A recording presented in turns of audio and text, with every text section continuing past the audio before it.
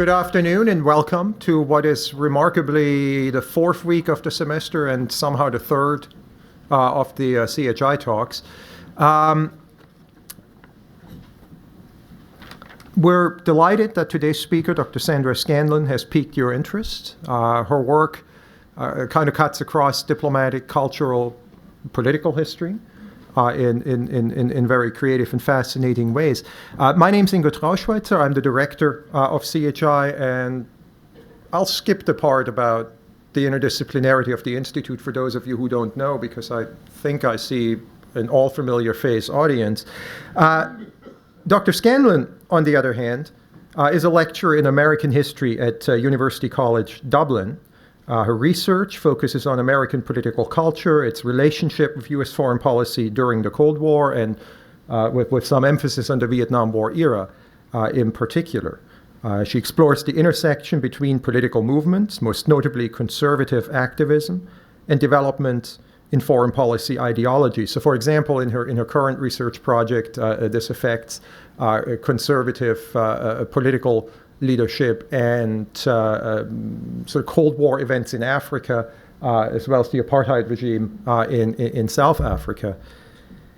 Her first book, The Pro-War Movement, Domestic Support for the Vietnam War and the Making of Modern American Conservatism, appeared about 4 to 5 years ago in 2013.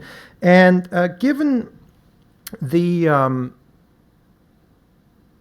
upsurge of recent and contemporary interest in conservative mobilization, this seemed particularly poignant to revisit. And I don't mean this just in American sense. My colleague Ziad Habarish pointed out the other day over dinner that you can see this in Middle Eastern history, and you can see this in other area studies too. People used to turn to the left when they studied mass movements. And for a little while now, they've been looking a little bit more towards the right. So it is extraordinarily timely. Dr. Scanlon earned her bachelor's and master's degrees at UCD in Dublin, then went to Britain, the University of Cambridge, for her PhD. And even though she's back teaching in Ireland now, she's not really back teaching in Ireland. She's on a research leave, which she's spending in Atlanta. That is sort of transitioning into a teaching year at Emory University, where she's previously taught on a Fulbright fellowship. She didn't. Okay, that was on research too. You have, however, taught at Oxford, the University of Sheffield, the London School of Economics, and of course at UCD proper. So we'll follow the pretty typical setup. We have about a 45-minute talk on popular parades, conservative memory, and the political uses of the Vietnam War. We'll follow that up with a question and answer period, and I'll close, as I want to do, with the shameless plug for the next talk, which is, as far as CHI is concerned, in 2 weeks, when we welcome Khalifa Saleh, the former Minister of Education, currently Special Advisor to the President of the Gambia, here at 4:30 on Thursday, which I guess is the 22nd, but if that's too long for you to wait, we are co-sponsoring a War and Peace Studies talk next week on Tuesday at 6:30 on containing Kim Jong-un on North Korea in Bentley 306. So with that, I hope you'll join me in welcoming Dr. Scanlon to Ohio University and to CHI. Thank you very much. Thank you for that kind introduction. It's lovely to be here with you today. As you've heard, this paper comes in part from work that I published a few years ago, but I'm always interested in revisiting the ways in which Vietnam has been remembered, and I think with each passing year it is remembered in different ways, and conservatives are remembering it in different ways. So I'm going to start today in April 1980, when Senator John Tower of Texas and Senator George McGovern of South Dakota shared their views on the meaning of the Vietnam War. Tower was a leading figure in the right wing of the Republican Party, and he'd consistently supported United States military engagement in Southeast Asia from 1964 until 1973.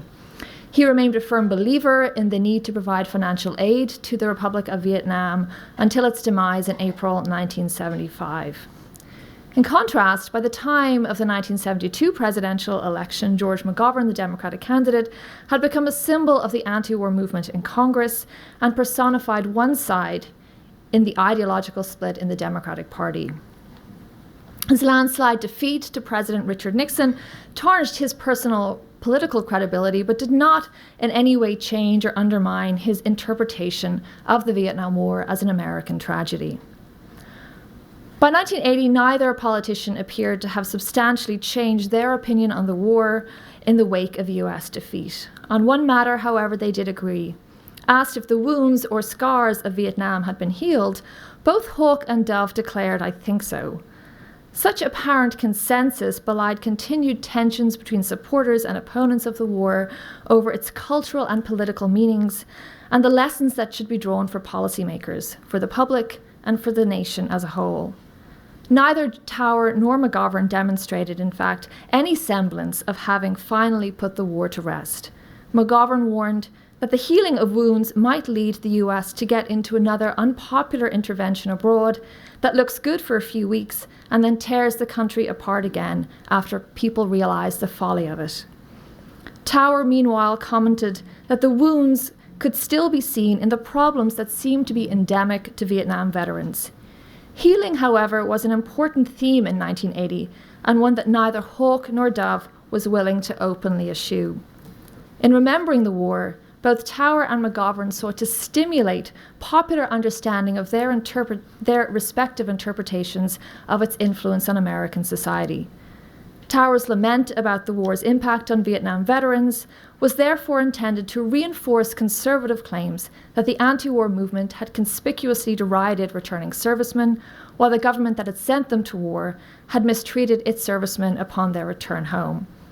Given the widespread public focus on veterans' affairs at this time, Tower's emphasis was unsurprising. Neither was his position in any way controversial. Indeed, McGovern also highlighted the cruel limits to the government's treatment of Vietnam veterans, while Congress demonstrated an unusual degree of unity in responding to veterans' requests for space on the National Mall to erect a monument to their service. Tower's assertion that the wounds of Vietnam had been healed therefore reflected the only interpretation of the war that appeared to hold widespread public traction in 1980.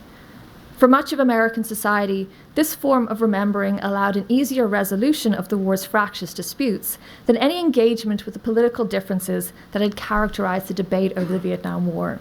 It was, in essence, a form of forgetting, rather than any real attempt to engage in remembering the war. For conservative supporters of the war, such as John Tower, the wounds of Vietnam had not been healed. He had not acceptance that reverence of veterans could secure national unity, and neither had the disparate elements of the conservative movement laid to rest their anger over American defeat. The scholars have noted the ways in which conservatives interpreted post-Vietnam foreign policy, concentrating very much on the idea that the United States should have won in Vietnam, but very much focused also on the dangers of engagement without a clear exit strategy. The so-called Weinberger doctrine that became synonymous with conservatives' reluctance to engage in limited or no-win wars was certainly a result of frustrations over the circumstances under which the US had gone to war in Vietnam during 1964 and 1965. It reflected the widely held belief amongst conservatives that conservative political leaders that the Johnson administration had not only misrepresented its plans for the level of US engagement, but had deliberately pursued a style of warfare that could never have resulted in US military victory. They had done so, furthermore, against the express wishes of military leaders. Conservatives' focus on establishing preconditions for US military intervention therefore reflected the military's frustration with its Vietnam experience more than it did conservatives' beliefs about the necessity or utility of US engagement during the early 1960s. As such, it reflected a post-defeat evaluation of US entry into the war that sought to distance conservative leaders from responsibility for the war's beginning. Tower's attempt to argue that conservatives had not supported initial engagement, he argued, for instance, that the United States should never have become involved in Vietnam in the first place by 1980, certainly bore a measure of fact, as I'll discuss in a moment. And in many respects, the question of whether or not conservatives had supported initial engagement also epitomized the internal divisions within the conservative movement regarding foreign policy priorities during the Vietnam War. Nonetheless, it contradicted another aspect of conservatives' collective memory of the war, that it was a noble cause. Overcoming this contradiction became a core goal of conservative leaders' efforts to define a coherent, politically useful memory of the Vietnam War and its meaning for American society.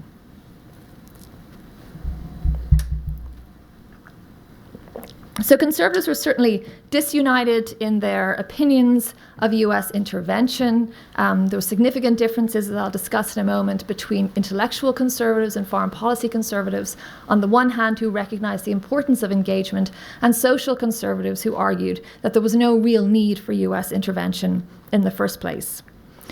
They were more united in terms of who they blamed for US defeat. The usual suspects: Johnson administration officials, a liberal news media biased in favor of the anti-war position, a dovish Congress, and the amorphous anti-war movement. Many conservative intellectuals also pointed to Nixon officials, especially National Security Advisor and later Secretary of State Henry Kissinger, for having abandoned America's erstwhile ally in South Vietnam. This particular line of argument was certainly valuable in determining why Saigon fell after the signing of the peace accords in 1973, but it posed considerable problems for conservative Republicans and their allies, such as those at organizations like the American Conservative Union and National Review, who had actively supported and thereby legitimized Nixon's policies of Vietnamization and negotiation. Forgetting this particular chapter in conservative activism thus became an essential element in reconstructing a politically viable past. Blaming anti-war critics and their supposed allies in the news media and Congress also distracted from conservatives' emphasis on how the US could have won militarily. While this remained a core tenet of conservatives' memory of the war, it seemed incredulous to a public that had experienced the war and which remained wary of future military engagement. The noble cause motif put forward by Ronald Reagan thus became an alternative means of attacking anti-war critics. By focusing on the heroism of veteran service and by implicitly tying it to a positive interpretation of the war's meaning for Americans, conservative leaders attempted to delegitimize anti-war opinion and thereby create positive popular understandings of their own foreign policy preferences. American heroism, conservative leaders claimed, mandated rejection of détente on the basis of the exceptionalist credo. The heroism of the lost cause thereby became a conservative mantra as they attempted to construct a politically viable memory of the Vietnam War during the 1980s. The first step in this effort was to reconstruct the conservative record on Vietnam. So as I mentioned, there was considerable emphasis in the late 1970s on the idea that conservatives had not wanted to engage in Vietnam in the first place.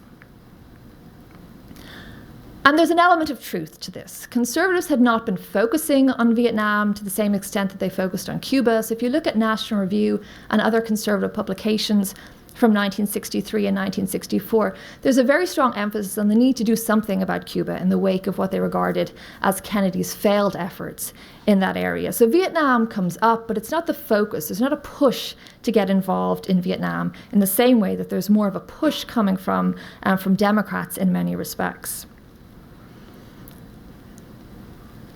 A second element of this reconstruction was to move away from the idea that conservatives had supported Nixon's efforts of Vietnamization, in large part because those efforts obviously failed with the fall of Saigon in 1973.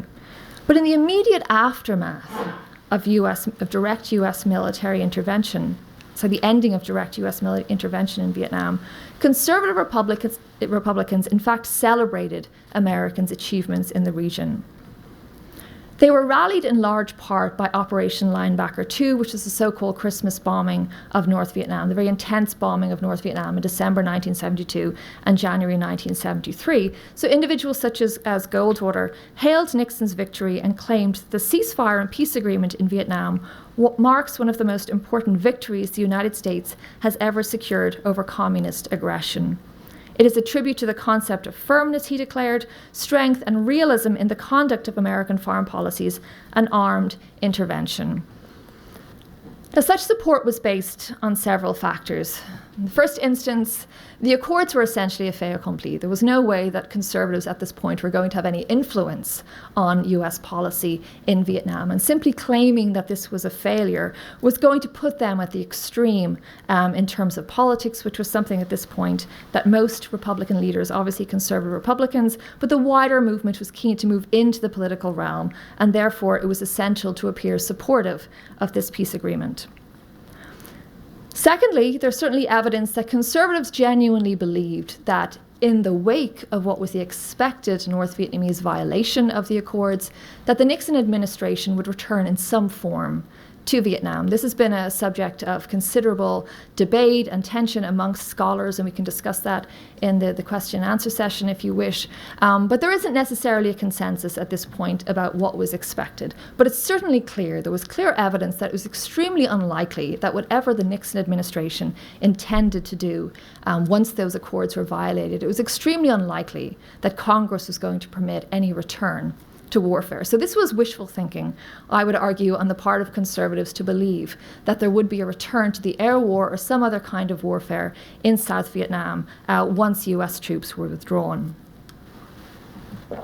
Finally, conservatives were moved by the Christmas bombing to believe that they could represent the war as victorious because of the way in which the peace agreement was achieved. And this was an important goal throughout the conflict, that conservatives consistently focused on supporting the administration when there was large displays of military might, despite the outcome of that actual military use. So there was an awareness that Hanoi had not, in fact, been forced to the negotiating table, despite the fact that Goldwater stated Hanoi had stubbornly refused to settle until it became clear that the peace movement in America had failed. So despite the fact that there was an awareness amongst conservative leaders that the push the military push in January 1973 had not necessarily resulted in the peace accords that they wanted, this was not the agreement that they wanted, there was a sense in which they could celebrate this military achievement as having undermined the anti-war movement at home. As Goldwater finally declared, this was an opportunity to claim that weak-kneed American pacifists had been defeated. So in many respects, the use of military force was as much designed to impact domestic politics as it was to have any goal abroad. Conservatives were furthermore keen during this period to distance themselves, and particularly by the mid-1970s, from the reality that by 1972, Ronald Reagan, others in the movement, including William F. Buckley and Barry Goldwater, had acknowledged that there was only going to be a reasonable chance that South Vietnam was going to survive. So there was a recognition as early as 1972, not after the US actually left, but before the US left, that Vietnamization was, as Goldwater put it, going to provide a reasonable chance that South Vietnam would survive. So in many respects, conservatives, even by the end of the Vietnam War, were in some ways abandoning their commitment to that war and to what they regarded as a successful outcome.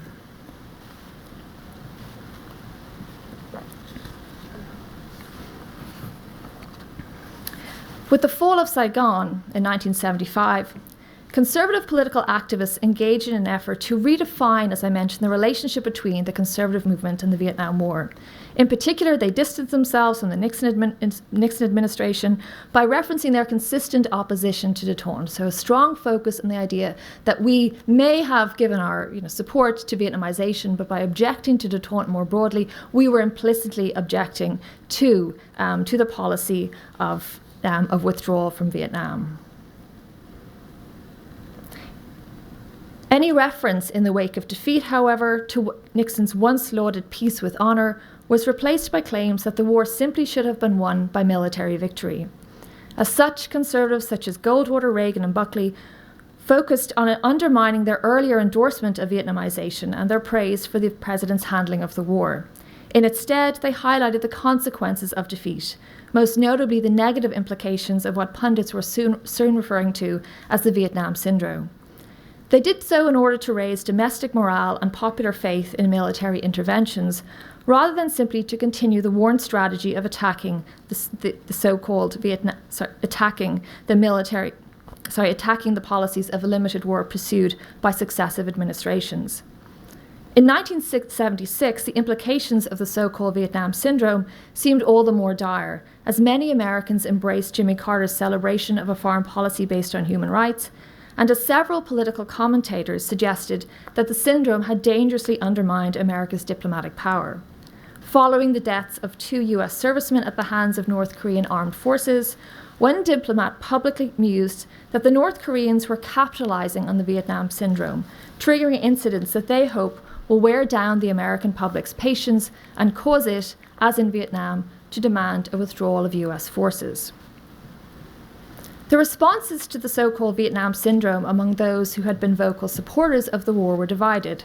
While Democrats such as Senator Henry Scoop Jackson bemoaned their party's apparent embrace of a post-Cold War ideology, they did not cling to the idea that military victory could have been assured in Vietnam.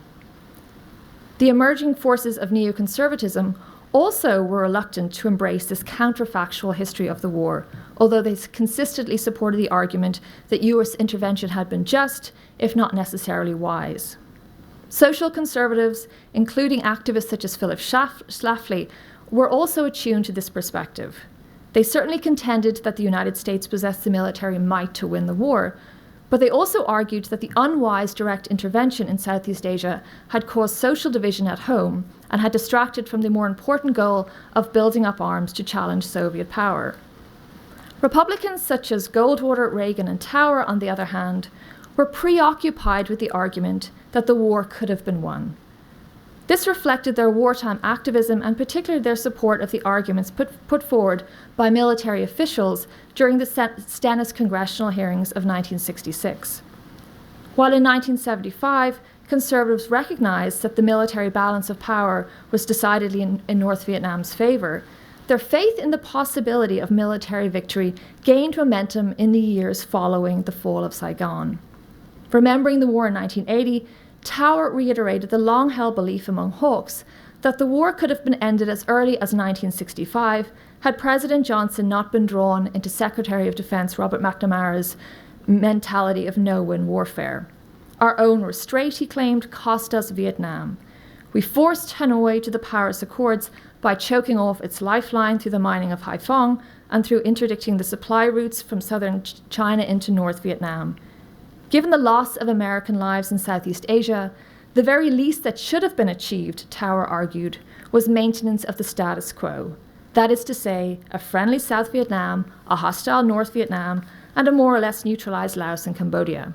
But we failed to do that because Congress mandated that there should be no military assistance after a certain point.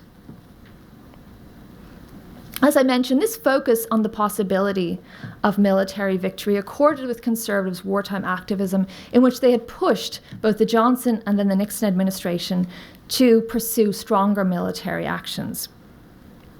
But it did not acknowledge their role in legitimizing the Nixon administration's policies of abandoning South Vietnam.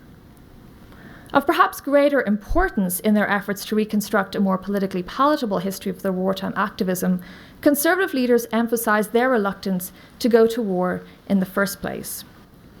As I mentioned, Barry Goldwater talked about it seemed impossible. He argued that we could have been drawn into a land war in Asia and talked about the tragedy that this caused over 12 years.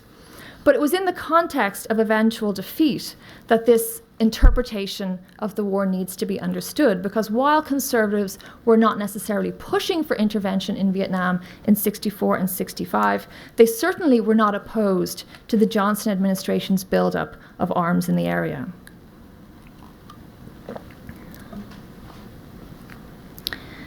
This position, in many respects, built on grassroots and social conservatives' positions adopted in 1964. Phyllis Schlafly argued that she maintained her public support for the Vietnam War only because of its relationship to the need to more strongly oppose the Soviet Union, and in fact saw intervention in Vietnam as a distraction from that more important conflict, but she didn't want to undermine, as she saw it, overall US foreign policy.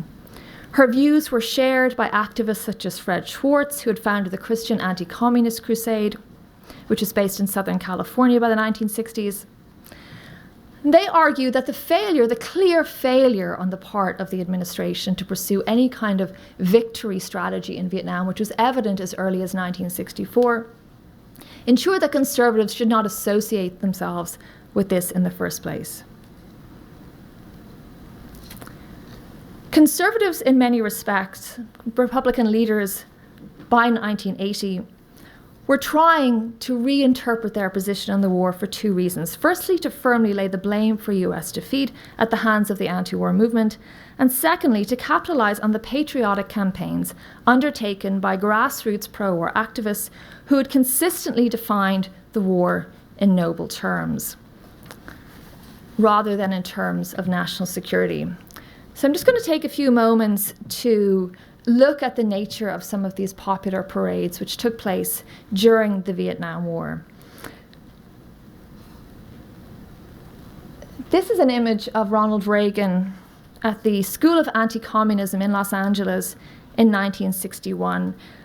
Many of those early parades in favor of the war really sort of mirrored these early campaigns that had taken place from the late 1950s. So a focus very much on educating people about the nature of Vietnam, the purpose in Vietnam, reiterating the need to engage in broader anti-communist efforts. So this is one image. This is the anti-communist school, at which organizations such as Young Americans for Freedom were not founded at this specific meeting, but many individuals involved in these anti-communist schools came together during the draft Goldwater campaigns to form organizations such as Young Americans for Freedom and later the American Conservative Union. So many of these pro-war initiatives were organized by conservative groups and echoed standard anti-communist rallies that had been commonplace since the late 1940s.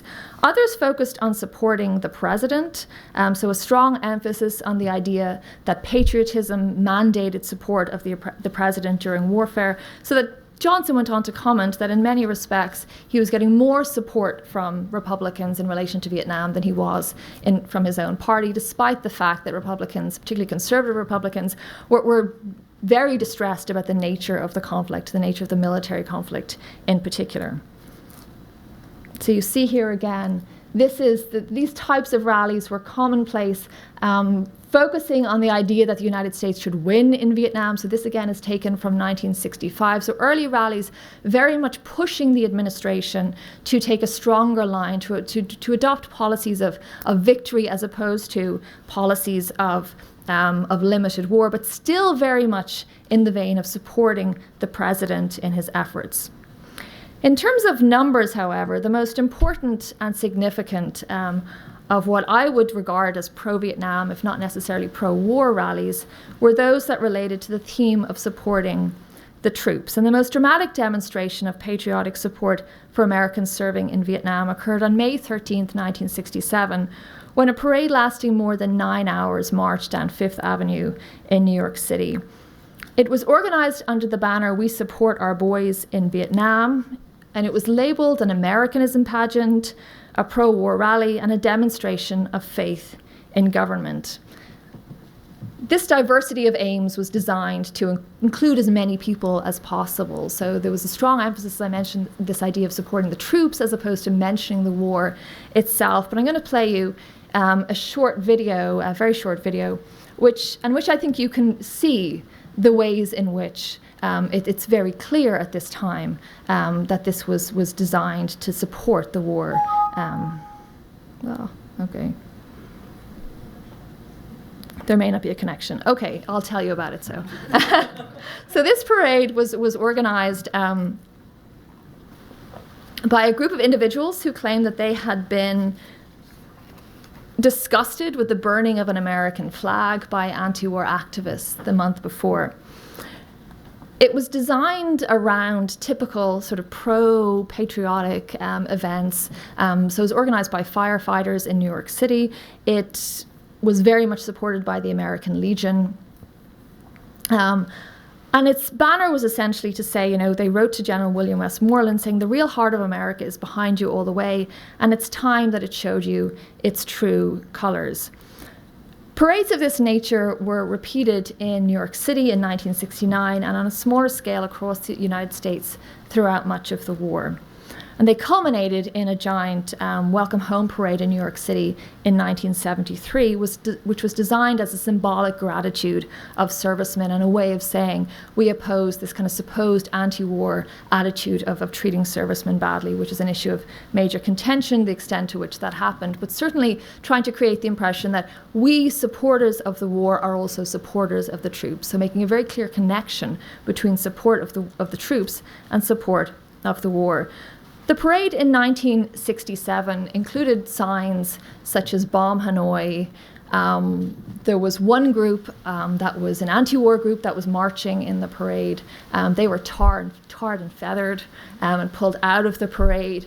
So this gave a very clear indication that while there was talk that this was simply a parade to support the troops, the organizers and those who participated in it, which included various different firefighters, organizations, policemen, benevolent fund organizers, various different groups who were marching, scouts and so forth, marching in formation for 9 hours.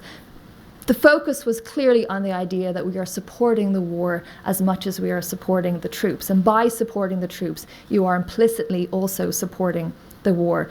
It was not a focus of conservative leaders. They did not engage in these parades. They were not involved in organizing them. In many cases, they did not participate in them in any great extremes. But they were successful, I would argue, in the post-war period in adopting these ideas and arguing that conservatives were inherently responsible for this kind of support of the troops as opposed to their anti-war counterparts. Demonstrations of support for the president and for the troops of this nature did locate people, as historian David Levy notes, in relation to the war. When war is complicated, when its goals are complicated, as he argues, simply declaring that they stood for the president or backed our fighting men was sufficient to locate them with respect to the Vietnam question, to make clear to their neighbours where they stood in relation to the war. This anti-war position was riddled with contradiction and was by no means a unified effort. But it did indicate for many, many Americans support for the war. It was a way of demonstrating support for the war without engaging in a discussion about national security objectives.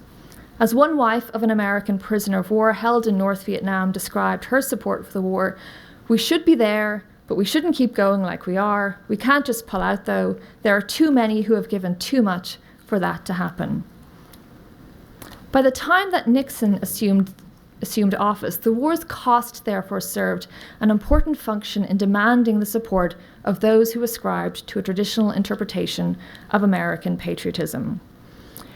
These kinds of campaigns reached a climax in October and November of 1969 in opposition to the anti-war moratoria that took place in the National Mall and around the country.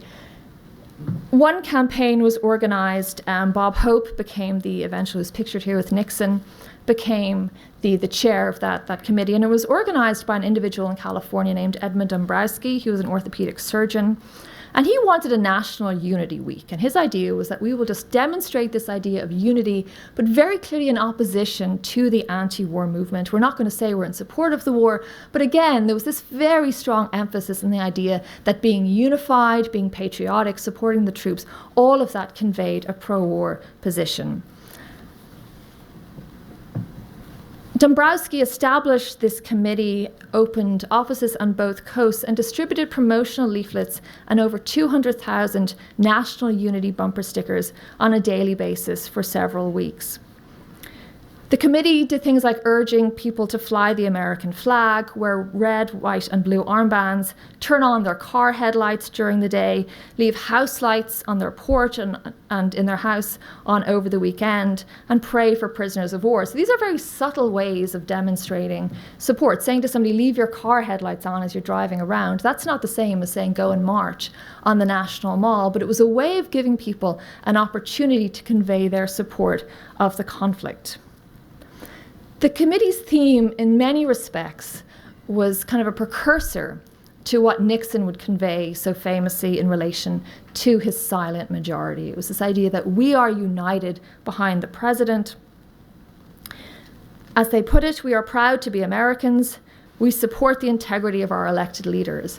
Again, this doesn't say anything about the Vietnam War, but committee members were very keen to make the connection for people between making these small steps in favor of supporting American unity and opposing the anti-war movement. At the same time, Charles Wiley, the chair of the National Committee for Responsible Patriotism, developed a similar patriotic campaign which built very much out of the We Support Our Boys in Vietnam parades of 1967. And he was more explicit about the idea that supporting patriotism meant supporting the war. As he put it to CBS, when you think about conscience, how do you explain to the loved ones of the nearly 40,000 Americans who thought they were dying to defend their honor that their cause was immoral? So there was a strong focus during this period through these parades on the idea that the anti-war movement's focus on the idea that the war was immoral was inherently saying to American troops that what you are doing is immoral and the cause for which you are fighting is immoral. And that resonated very strongly with many Americans who believed in the idea that whether or not it was a good idea to get involved in Vietnam in the first place, and certainly by 1968, most Americans thought it was a mistake, they continued to favor this idea that the war had been necessary and just.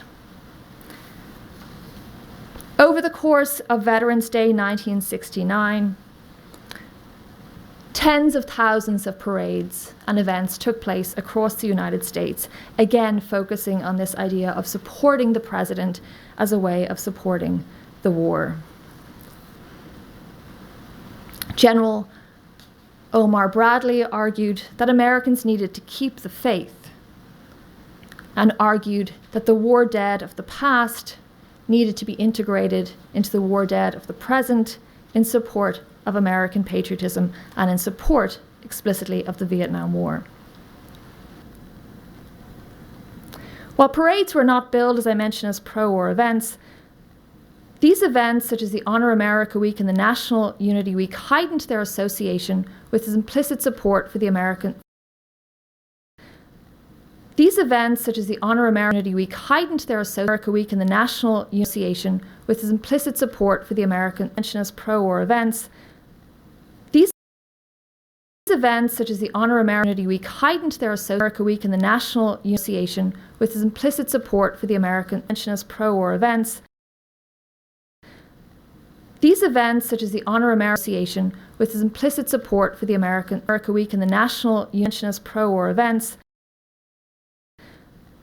These Unity Week heightened their events, such as the Honor America support for the American Association, with implicit America Week and the National as pro-war events. These Unity Week heightened their events, such as the Honor America Association, with implicit support for the America Week and the National as pro-war events. These Unity Week heightened their events, such as the Honor America Association, with implicit support for the America Week and the National as pro-war events.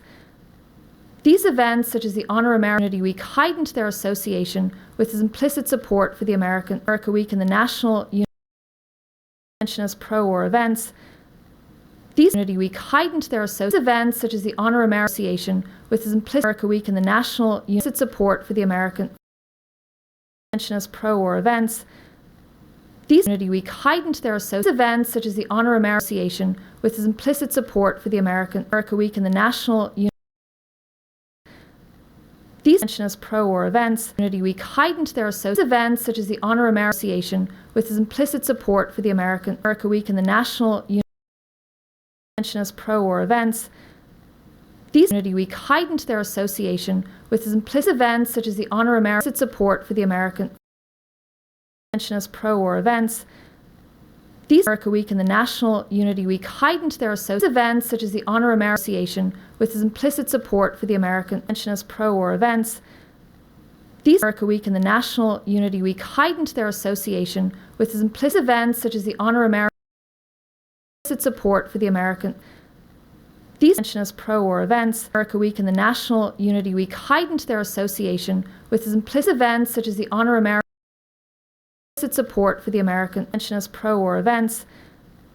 These Unity Week heightened their association with its implicit events such as the Honor American support for the American mention as pro-war events. America Week and the National these Unity Week heightened their association events such as the Honor American Association with its implicit mention as pro-war events. Its support for the American Week and the National these Unity Week heightened their association events such as the Honor American as pro-war events. Its support for the American Week and the National these Unity Week heightened their association with its implicit events such as the Honor American as pro-war events. Its support for the American these America Week and the National Association with its implicit Unity Week heightened their association events such as the Honor American as pro-war events. Its support for the American these association with its implicit Unity Week heightened their association events such as the Honor American as pro-war events. Its support for the American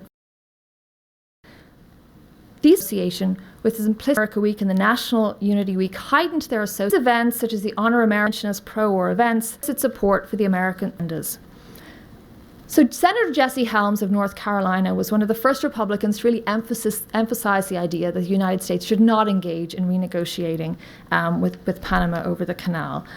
And following his lead, Reagan famously declared during the 1976 primaries that we built it, we paid for it, it's ours, and we are going to keep it. Senator Strom Thurmond of South Carolina and Helms launched vociferous public attacks on the treaties negotiated by the Carter administration, while the ACU established a task force to defeat ratification. The issue provided cultural impetus to Reagan's primary challenge to Ford in 1976. David Keene, who had been a former chair of Young Americans for Freedom and an aide to Vice President Spiro Agnew, recalled the reaction to Reagan's reference to the canal while speaking to a group of retirees in Sun City, Florida in February 1976. The retirees, many of whom were from the Midwest, were not, Keene noted, particularly interested in the canal per se. They were rather frustrated with the complexities of America's place in the world, or why it was so difficult or impossible for the United States to do just what it wanted, and this issue seemed simple and clear. The canal conveyed Reagan's argument about U.S. decline simply and clearly, as Adam Clymer notes, in a way no litany of diplomatic dealings with the Soviet Union or arguments about whose weapons were bigger could ever do. New Right strategist Richard Viguerie simply commented that the issue was sexy and populist, one that aroused passions far beyond its intrinsic importance to national security. Nonetheless, the symbolic importance of Vietnam underlay popular reactions to the Vietnam question. Those who challenged the treaties had not necessarily been active supporters of the war, but they actively engaged with conservative politicians' characterization of the consequences of US defeat. Reagan thus evoked a memory of Vietnam and its social and international legacies that was far less complex than intellectual conservatives' initial efforts to rationalize the policy lessons of the war. It was the beginning of a process that would culminate in the characterization of Vietnam as a noble cause, and one that built on grassroots conservatives' interpretations of the significance of the war. The Panama Canal issue ultimately proved to have fairly short political legs. While the issue was an important vote winner in the Republican primaries, it was not an issue that engaged the broader electorate. Carter succeeded, furthermore, in gaining sufficient congressional support to secure ratification of the treaty. By emphasizing the need to reassert America's international strength, however, conservatives offered a policy alternative that was appealing rather than frightening. In a time of domestic and international vulnerability in 1980, the message was powerful. As I mentioned, by 1967, most Americans regarded intervention in Vietnam as having been a mistake.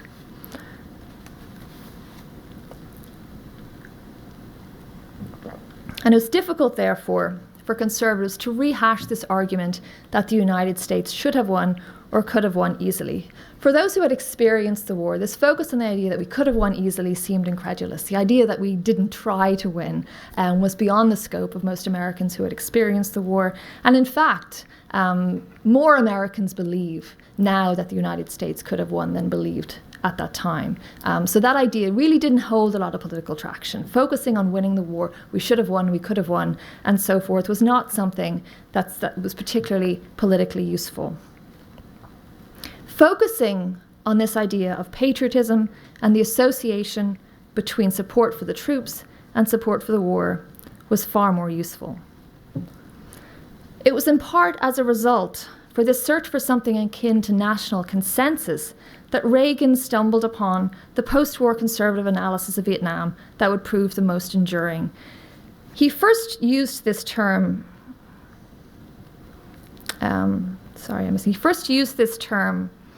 noble cause, when he was speaking to the veterans of foreign wars in August of 1980, and he was trying to evoke the images, bringing back to the famous hard hat demonstrations of 1970, to evoke the image of hardworking Americans supporting the troops, fighting against the anti-war movement.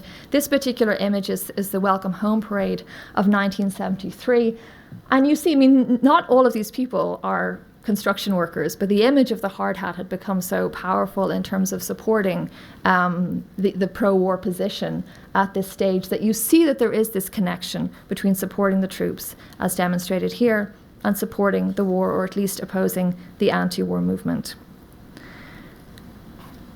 Reagan was supposed to talk about peace restoring the margin of safety, and his aides had warned him that bringing up Vietnam was not a good idea, that it was not something that people wanted to hear about in 1980, but perhaps he was politically savvy enough to recognize that there was something to this that people wanted to hear. He was supposed to, as he put it himself, debunk the image of himself as a trigger-happy warmonger. But instead, he decided to focus on the idea of patriotism. He decided, therefore, to belatedly use the term noble cause in a speech that was intended to focus on resurrecting popular faith in the US armed services. While speaking to the VFW, Reagan reflected conservatives' ideological position on Vietnam. A small country newly free from colonial rule, he declared, sought our help in establishing self-rule and the means of self-defense against a totalitarian neighbor bent on conquest. But his focus was primarily on incorporating the Vietnam experience into a longer tradition of American heroism. We dishonor the memory of 50,000 young Americans who died in that cause when we give way to feelings of guilt as if we were doing something shameful. And we have been shabby in our treatment of those who returned. They fought as well and as bravely as any Americans have ever fought in any war. They deserve our gratitude and respect. Obviously, this reference was well received amongst its intended audience, but its wider reception was more ambivalent.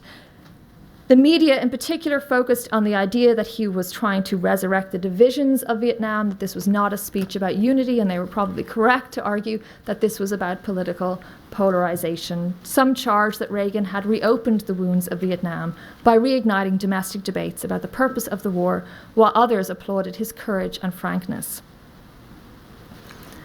Surprisingly, Reagan's remarks received strong support, as reflected in the numbers of letters written to him amongst those who had been involved in those pro-war parades during the 1960s and early 1970s. The themes enunciated by Reagan in his speech therefore helped shape popular understandings of the issues at the heart of the division between liberals and conservatives regarding foreign policy. While intellectual conservatives and the Republican right had focused their wartime efforts on promoting its international significance, their post-war initiatives to domesticate the Vietnam experience were considerable. In part, the method suited the former goal.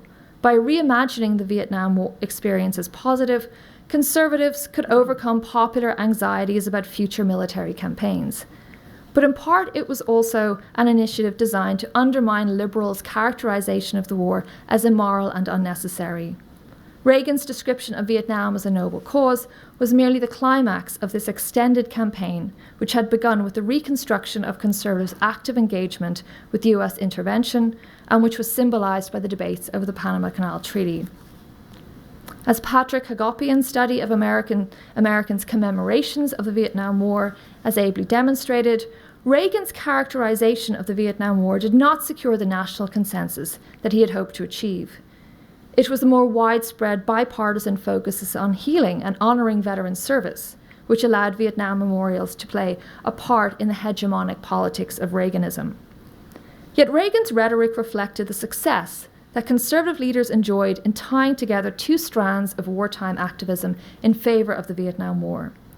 Reagan emphasized the international imperatives of fighting the war, but he also celebrated the activism of organizations such as the VFW, which during the war had focused on themes like supporting the troops and promoting the cause of American prisoners of war. It was the American Legion, for instance, which had provided financial and logistical support to the mammoth We Support Our Boys in Vietnam parades in New York City in 1967 and 69. While each of these parades had proclaimed its purpose to unite the people behind the troops, it was clear, as I mentioned, that they had offered a pro-war political agenda. Veterans groups later allied with conservative patriotic organizations that declared the POW issue the most important during the last 2 years of the Vietnam War. Reagan was therefore building on an existing history of pro-war activism that reconfigured the Vietnam War as one fought between Americans, rather than between the US and a foreign enemy. As such, conservative leaders treated the war itself as an abstraction. They engaged in little analysis and no significant public discussion of how the North Vietnamese or the National Liberation Front had contributed to US defeat. Furthermore, the language of unity belied a considered effort to delegitimize and marginalize anti-war opinions. Rather than acknowledge the considerable extent to which most Americans had turned against the war by its final years, Reagan presented a narrative of popular support for America's noble effort. Just as many Americans had rejected conservatives' emphasis on the possibility of military victory in Vietnam, many also disregarded Reagan's interpretation of American purpose in the war. Yet his message was one of redemption, which could be achieved by collective focus on America's sacrifice in Vietnam and the tragedy wrought by liberals' refusal to allow US servicemen to achieve a deserved military victory. This message gained political traction for many varied reasons, not least of which was the fact that President Carter had already sounded the trumpet of revisionism in July 1980. Carter had unequivocally rejected the concept that honoring the troops meant honoring the war, but he did acknowledge that it was important to honor the freedoms that they fought to preserve. Carter, Robert McMahon asserts, was implicitly repudiating all of his earlier critical insights about the Vietnam War and helped set the stage for Reagan's more radical revisionism. Reagan's success was significantly furthered by his ability to coalesce conservatives' retrospective account of their wartime record, i.e. opposition to intervention and limited war, with a broader popular emphasis on patriotic support of the troops and America's innocence as represented by the POW issue. Grassroots, conservative, patriotic, and veterans groups had focused their attention on these issues during the war. Conservative leaders succeeded in pushing them onto the national agenda during 1980 and thereby created the means for new ways of remembering America's Vietnam experience. Writing in 1985, Henry Kissinger argued that Reagan's election itself was part of the national reaction to Vietnam. The war, he claimed, put in motion such a weakening of America and created so many frustrations that a reaction to the right was inevitable. Kissinger's perspective had elements of truth, but he underestimated the extent to which Reagan's carefully crafted remembering of the war offered Americans more than simply a reaction to American defeat. For Americans, as I mentioned, who had directly witnessed the war, simply repeating the idea that victory could have been achieved with ease offered limited relief, and for many was wholly implausible. By elevating the war to noble status, conservatives did much to build their political base and to reframe the meaning of the Vietnam War for Americans. Speaking at the dedication ceremony for the American soldier of the Vietnam War, President Reagan queried whether the man in question ever played on an American city street, or whether he worked with his father on a farm in America's heartland. He wondered if the man had married or expected to return to a bride. We'll never know, Reagan stated, the answers to these questions about his life. We do know, the president continued, why he died. He saw the horrors of war but bravely faced them, certain that his own cause and his country's cause was a noble one, that he was fighting for human dignity, for free men everywhere. The Vietnam War had been just, according to conservatives, and the tragedy rested with America's failure to secure victory. While the broader public might draw different conclusions regarding the utility of future military engagements, the conservative memory of Vietnam was firmly incorporated into the public consciousness and facilitated the broader interpretation of American victimhood and noble sacrifice, which gained considerable resonance in elements of popular culture during the 1980s. The debates over Vietnam would continue to rage, most demonstrably over the design of the Vietnam Veterans Memorial, and there could be no consensus on the policy lessons of Vietnam. But conservatives' efforts to reconstruct their own history on the war not only helped their political fortunes, they also contributed to a national celebration of popular innocence regarding the war. If Hawks had neither endorsed peace nor honor, nor pushed for military intervention in 1964 and 1965, then the wider public could hardly be held to account for the nation's role in intervening in a disastrous military conflict. Conservatives thereby helped to fashion Vietnam as a conflict between polarized elements of American society, a tragedy befitting national remorse for the failure to secure victory, but a tragedy that could be overcome by collective healing and collective celebration of America's role in international affairs. If future foreign policy debates continued to be influenced by Vietnam syndrome, it was not a syndrome that was predicated on the weaknesses or contradictions of US global intentions. Neither did it fully acknowledge the limits of American power. As such, conservatives' remembering of the Vietnam War had considerable cultural resonance and redefined the parameters in which foreign policy debates would continue to be debated. Thank you.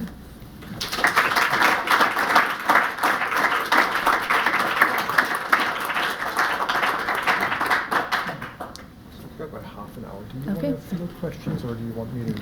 I'm easy, whatever you prefer. We'll go with that. So we have about 25, 30 minutes or so for questions and answers, and I'll So I wonder if you could talk a little bit about the influence of Todd Lawrence's book on Vietnam, which came out in 1980, because it strikes me that the argument he was making in that book kind of runs along the lines of sort of the noble cause, if I'm remembering correctly. Basically, he made no bones about the fact that he had opposed the war earlier on, but basically said in retrospect, especially after what we know now about the Khmer Rouge and the Boat people and sort of the impact of communism in Southeast Asia after the fact, he said you could make the case that the war maybe was a mistake, but not that it wasn't noble. And I think what he was taking on was the kind of the new left interpretation of the war, which is seen as a product of economic imperialism, kind of military-industrial dominance, and as a neoconservative, was, I think, trying to make the case that you shouldn't, use the war as an excuse not to be vigilant against social crimes going forward. And I wondered to what extent that was incorporated into sort of broader arguments about Vietnam and conservatism.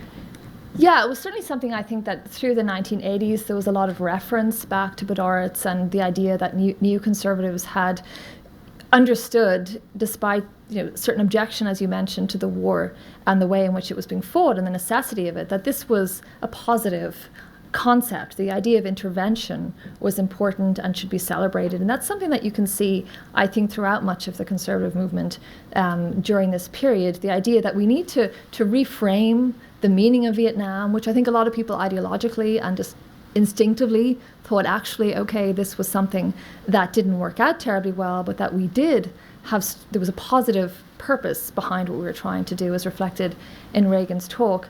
But there was also a need to change public perceptions of intervention. And I think this is where you see that occurring with people like Senator Jackson as well, that we need to move beyond this public obsession with the idea that intervention itself is the problem.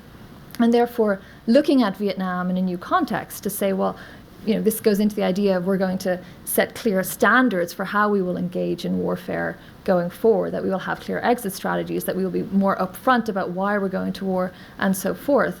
So I think that where you see the influence of Podhoretz and other people who identified in some ways as neoconservatives was to say that we need to go back, not necessarily to what it is that Reagan is arguing for in terms of international affairs, but more what it is that the sort of the Kennedy intervention, that it was, we need to go back to that concept that the United States must be vigilant in the world, must be engaged in the world, in large part because of a very clear recognition on their part through groups like the Committee on the Present Danger that the American people were not at all engaged with the danger, the continued danger of the Cold War.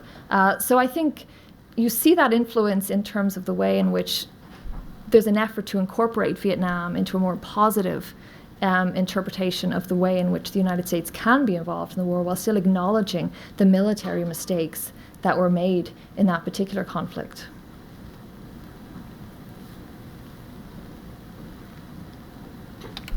I was wondering, in your research, obviously you looked at a lot of the magazine articles and everything like that. How many people did you interview who were a part of this and got their individual impressions? So I interviewed a lot of conservative leaders, people associated with the American Conservative Union, who maintained their position that they had opposed détente. So a lot of people that were, very much of the National Review, ACU circle. And they were fairly sort of unrepentant about the idea that, the conservatives had not been pushing for intervention in Vietnam. This war was not their responsibility. This was a democratic, liberal war that was ill-conceived from the outset and was fought badly. But that conservatives, once intervention took place, obviously offered their support because at that point, the argument being our credibility was on the line and therefore we needed to be engaged.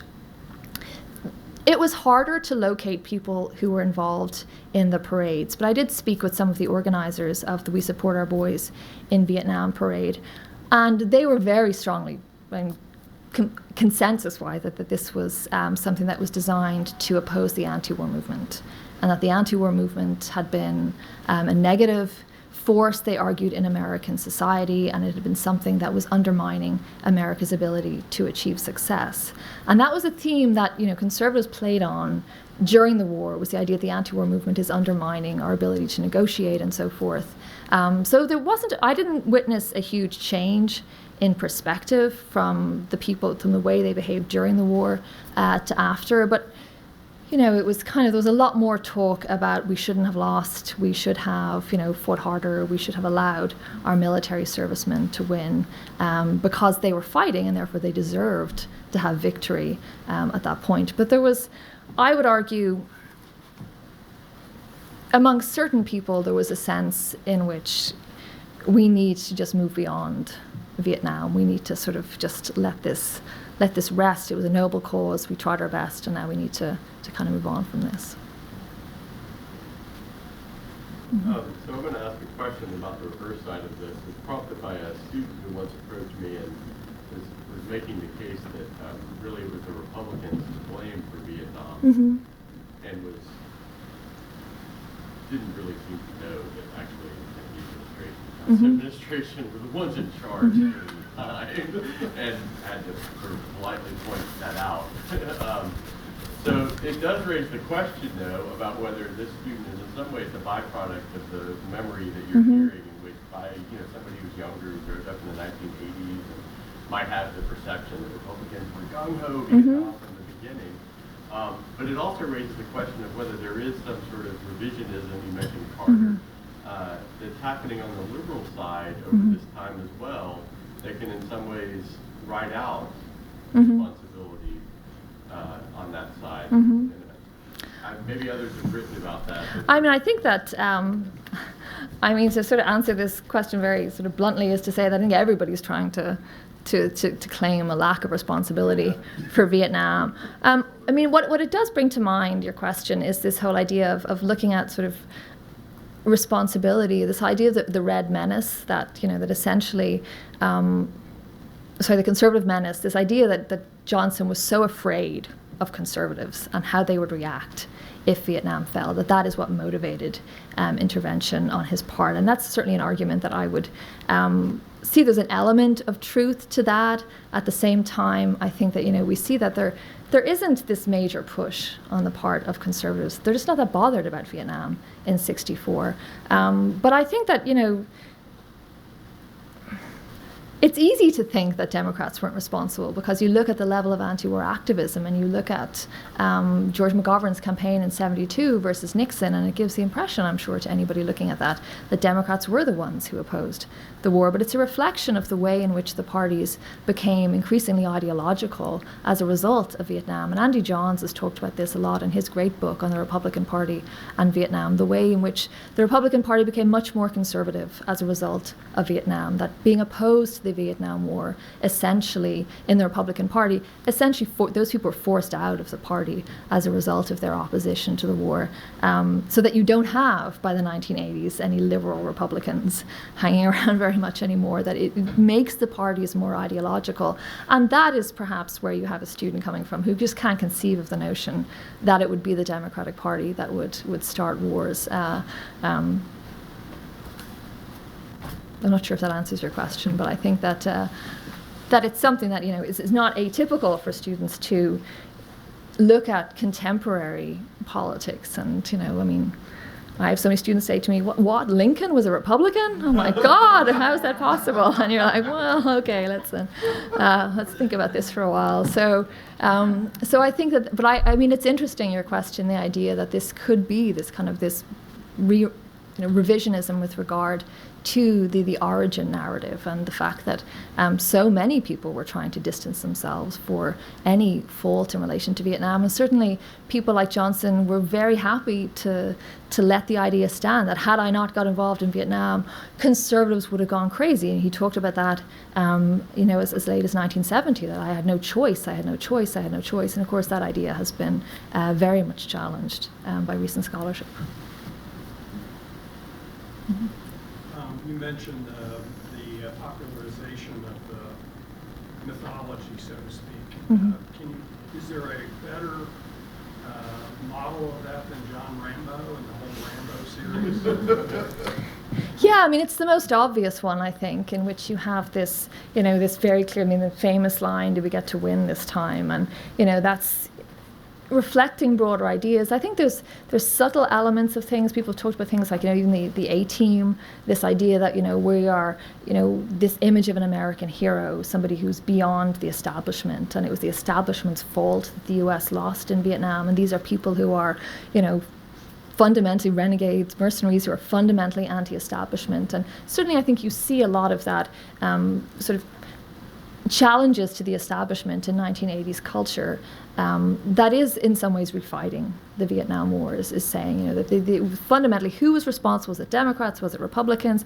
It was fundamentally the establishment that did this. It was elites in Washington who sent not their own children, other people's children, to go and fight this war, and then didn't allow them to win. Very much, you know, emphasizing this idea that the war again could have been won, that troops were stabbed in the back, that this was a conflict that, you know, if you send people to war and you have the means to win, you should let them win because they are fighting and therefore deserve that kind of support from the civilian establishment. And, you know, across the board, there was a celebration of this idea, or an emphasis on this idea that essentially that Nixon and Kissinger and others in the Democratic Party, everybody just gave up at the last minute.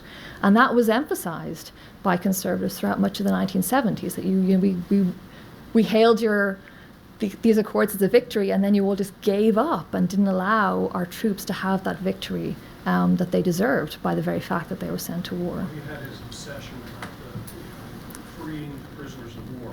Yes, I mean, this is, there's been such remarkable work written on prisoners of war and why this issue is so powerful in American culture throughout the 80s and 90s. The idea, and one of the groups, the organizations that I write about in the book was originally called the Victory in Vietnam Association. It was a student pro-war campaign, very, very, opposed to the anti-war movement, and changed its name in 1969 to Voices in Vital America because of the idea. They weren't terribly conservative, they were quite mainstream, and they thought that the term Victory in Vietnam Association was just a little too extreme.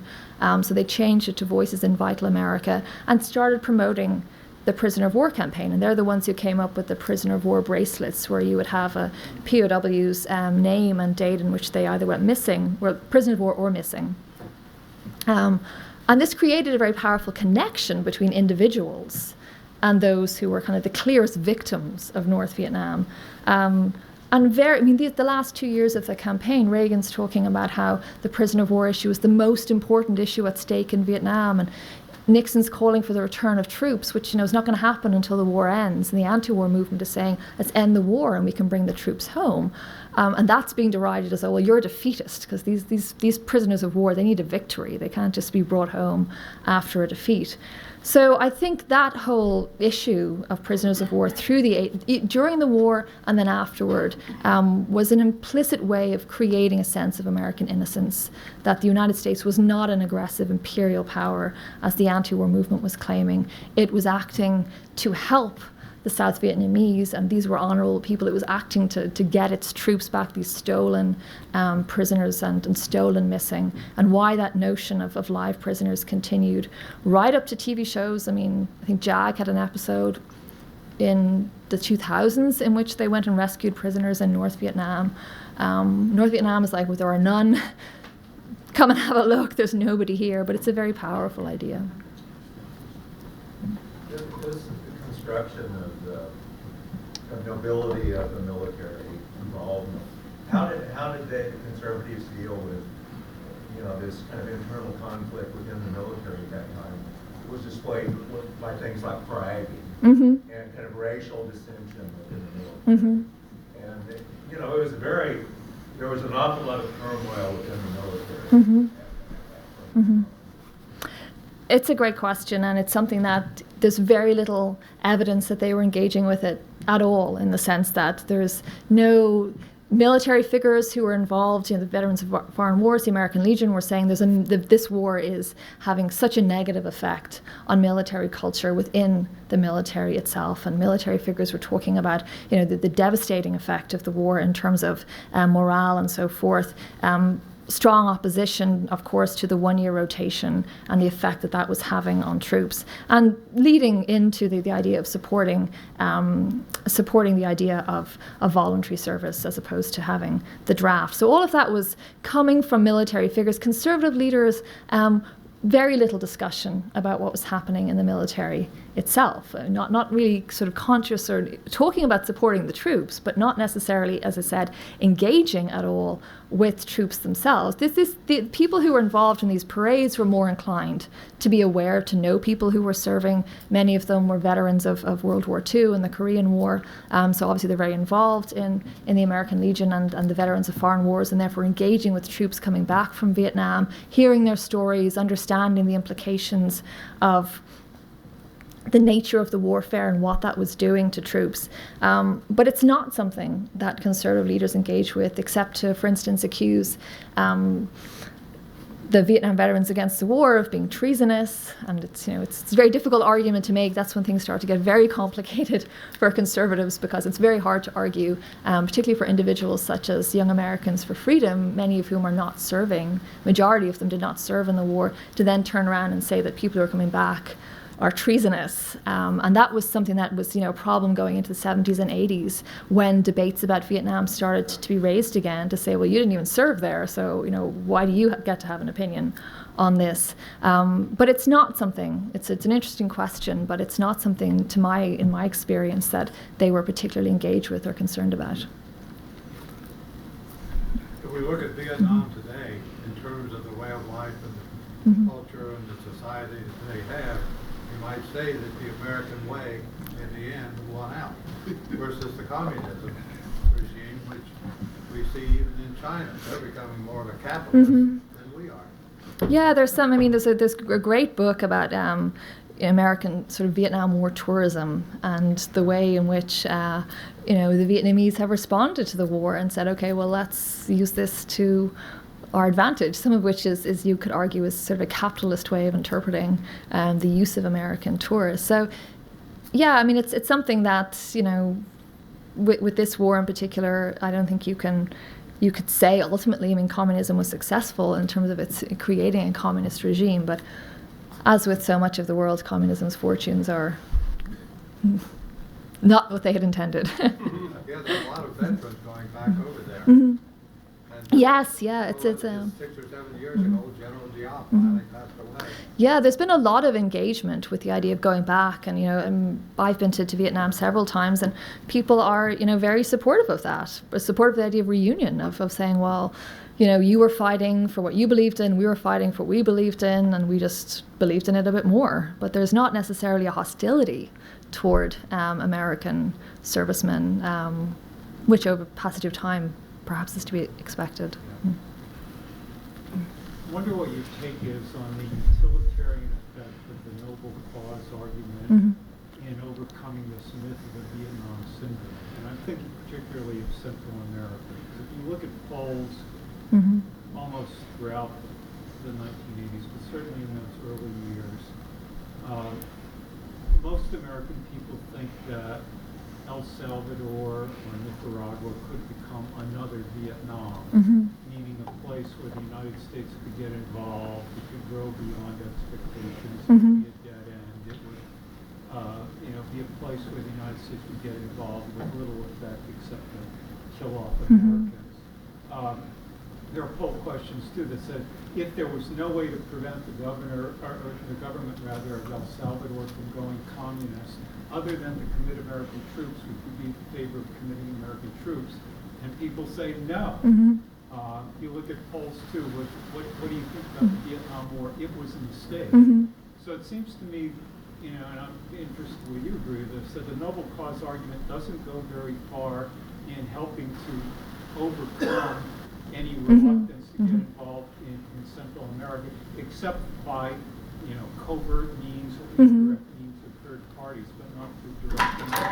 Yeah, absolutely, I agree with you. I think that there's an effort on the part of conservatives to say we need to find a more positive means of interpreting Vietnam in order to secure intervention. This goes back in part to the first question. How do we get the American public on board with the idea that the United States must be engaged with the world? How do we convey to our enemies, in particular, the idea that we will engage in the world, that we are not weakened? Because certainly by the time you get to 1980, many conservatives, neoconservatives and others, are very concerned about the idea that this Vietnam syndrome is undermining U.S. credibility in the world. And so I think this noble cause discussion is part of that effort to bring the American people on board to the idea of the possibility of intervention. And I don't think that it's successful in that respect. What I think it's successful at doing is reinterpreting the meaning of Vietnam for many Americans and associating it with conservatives and Republicans' support for the troops, support for the idea that the United States should have been allowed to win once intervention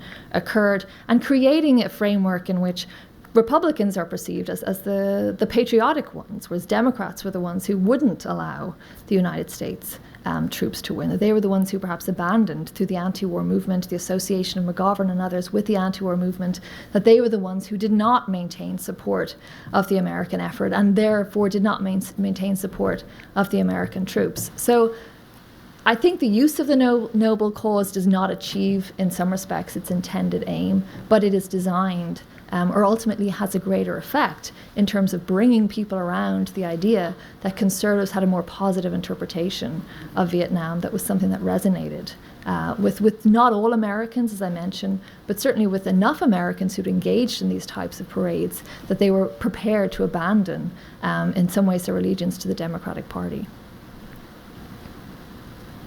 This is moving further into more recent, but just to add to Dr. Patchen's point about the 80s and the the idea that the Vietnam syndrome needs to be kicked. George Bush famously said that we kicked the Vietnam syndrome after the Gulf War. Is this something that the conservatives were trying to do, like actually trying to pursue policy somewhere where they can kick the Vietnam syndrome? I mean, is this... I wouldn't say that it was, we need to find a war that's going to make everyone feel good about war. I think there was very strong emphasis on the idea of that a war, throughout the late 80s and so forth, a war would be very different this time, that it would be, and the focus, as I mentioned, amongst conservatives throughout the 1970s was the need for strategic rearmament. This is the main focus. We need to change the way that we fight wars to the extent that we're going to be involved in fighting wars. And that was in turn, influenced in part by the Vietnam syndrome, in part by the recognition that the American people are not going to facilitate some large-scale mass use of troops. But a recognition coming, back to the question about the military, the military wasn't looking for that type of war again either, and there was strong support for the military's assessment of the so-called lessons of Vietnam, that we should not be getting involved in wars that we don't intend to win, that we should allow the military greater control of that war, have clear exit strategies, utilize arms to greater effect so that there are less troops involved in warfare. There had been throughout the Vietnam conflict amongst conservatives a consistent focus on the idea of air power, and air power was the way to win. I think that was misguided in part about the utility of air power in relation to North Vietnam. But as I mentioned, such a strong celebration of the response to the Easter offensive, which involved significant use of air power, and again then the Christmas bombing, and the idea that this is how we can achieve victory. We don't need all these troops on the ground. And trying to sell that image to the American people of warfare was something that we do see evidence of throughout the 1980s. But no, I don't think that there's a let's go get a war and then everyone can get over their problems about the war, which is not to say that it wasn't useful in achieving that goal, particularly in relation to credibility. And that's something that I think I can't overemphasize enough. Conservatives were very concerned about the idea that because of the failure in Vietnam, this had created freedom for the part of the Soviet Union. They were utterly assured of the idea that the Soviet Union would not have engaged in Afghanistan had it not been for US defeat in 1975 in Vietnam, and the fact that this spurred on these kind of third world revolutions was something that was very much a part of conservatives' concerns, and therefore there was this need absolutely to get the public over some notion that the US could not engage, simply to convey that message even to one's enemies.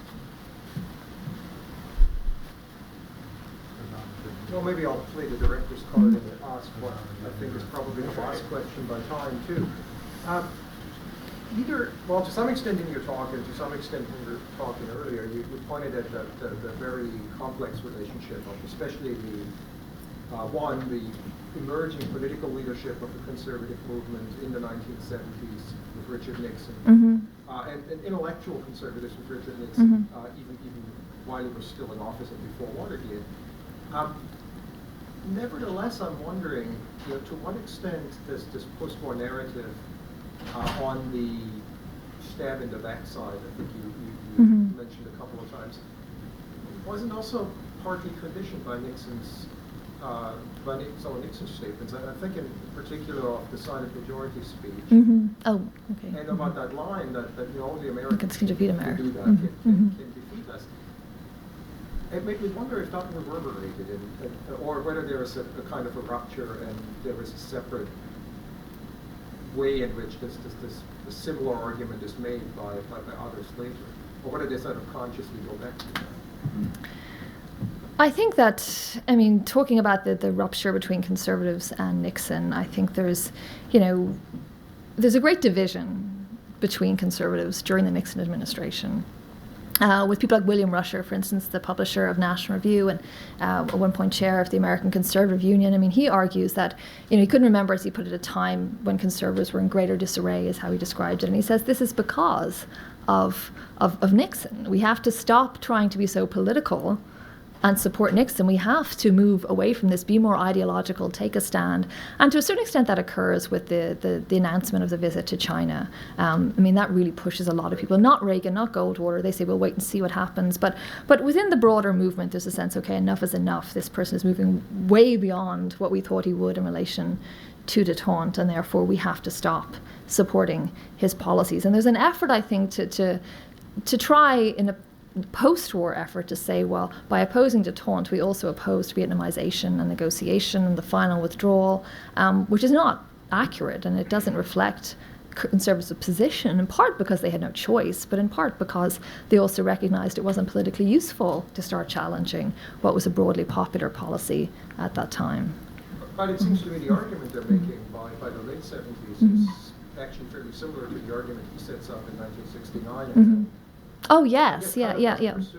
I mean, the idea that somehow that Americans are stabbing us in the back, I think absolutely. I think that was something that, as I mentioned, there's no discussion of North Vietnam. I mean, it's something that, by the way, was true of the literature, as I'm sure you know, on Vietnam for a long time. There was, how did America lose? And there's never a discussion of, well, how did North Vietnam win? And I think that was something that was very clear, not simply in terms of how we're going to present this publicly, but a genuine sense that North Vietnam, the National Liberation Front, hadn't mattered. It had been Americans who had lost this conflict. And that was where you do see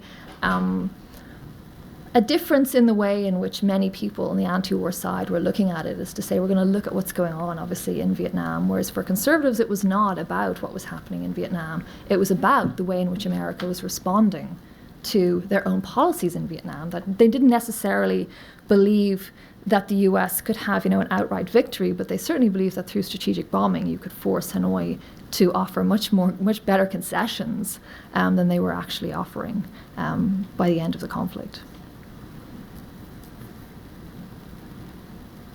All right. Well, thank you very much. You're very welcome. Thank you.